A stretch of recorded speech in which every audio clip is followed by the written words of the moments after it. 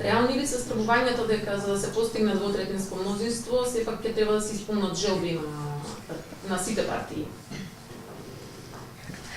Сега тука треба да шпекулираме, меѓутоа ако се има предвид на што се бевме сведоци во изминатиот период, за да се дојде до двотретинско мнозинство, односно очигледен пазар околу одредени прашања, јас не се сомневам дека ќе се случи тоа повторно. Според она што го следевме, инаку пред тоа да кажам дека следевме спроведување на 11, подготовка и имплементација на 11 закони, нашите наоди по однос на транспарентноста и вклученоста на засегнатите страни и граѓанските организации се дека преземените мерки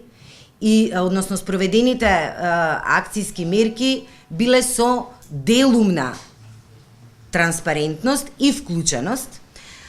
и покрај тоа што поголемиот дел од законите беа подготвувани со, да речем, соработка со граѓанските организации, овој наш наод највеќе се темели поради тоа што некои клучни закони беа донесени во скратена постапка, и тука највеќе мислам на законот за јавно обвинителство,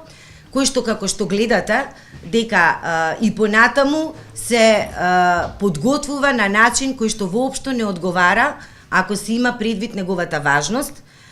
На почеток, значи, граѓанските организации не беа вклучени во неговата подготовка, тоа беше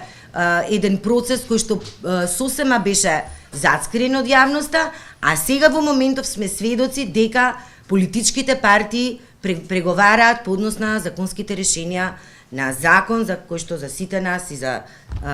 целото општество е од исклучителна важност. Што се однесува до временската рамка во спроведувањето на мерките од акцијскиот план, исто така сметаме дека не се испочитувани роковите. Вие и сами знаете дека планот 369 помина, во тој план воедно беа содржани и мерки и действија кои што се однесуваат на правосудството. Голем дел од нив не беа спроведени, меѓутоа ние во нашиот квартален мониторинг бриф исто така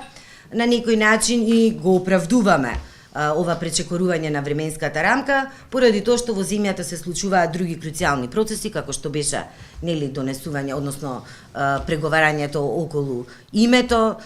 понатаму референдумот, договорот од Преспа, значи, важно прашање за македонската јавност, и на крајот имплементацијата, која што според нашите наоди покажува дека во овој период, односно декември 2018, март 2019, биле донесени 6 законски измени и дополнувања, и тоа Законот за измени и дополнување на Кривичниот законник, Законот за измени и дополнување на Законот за судови, Законот за управен спор, Законот за прекршоците, Законот за изменување и дополнување на Законот за извршување и Законот за изменување и дополнување на Законот за нотаријат.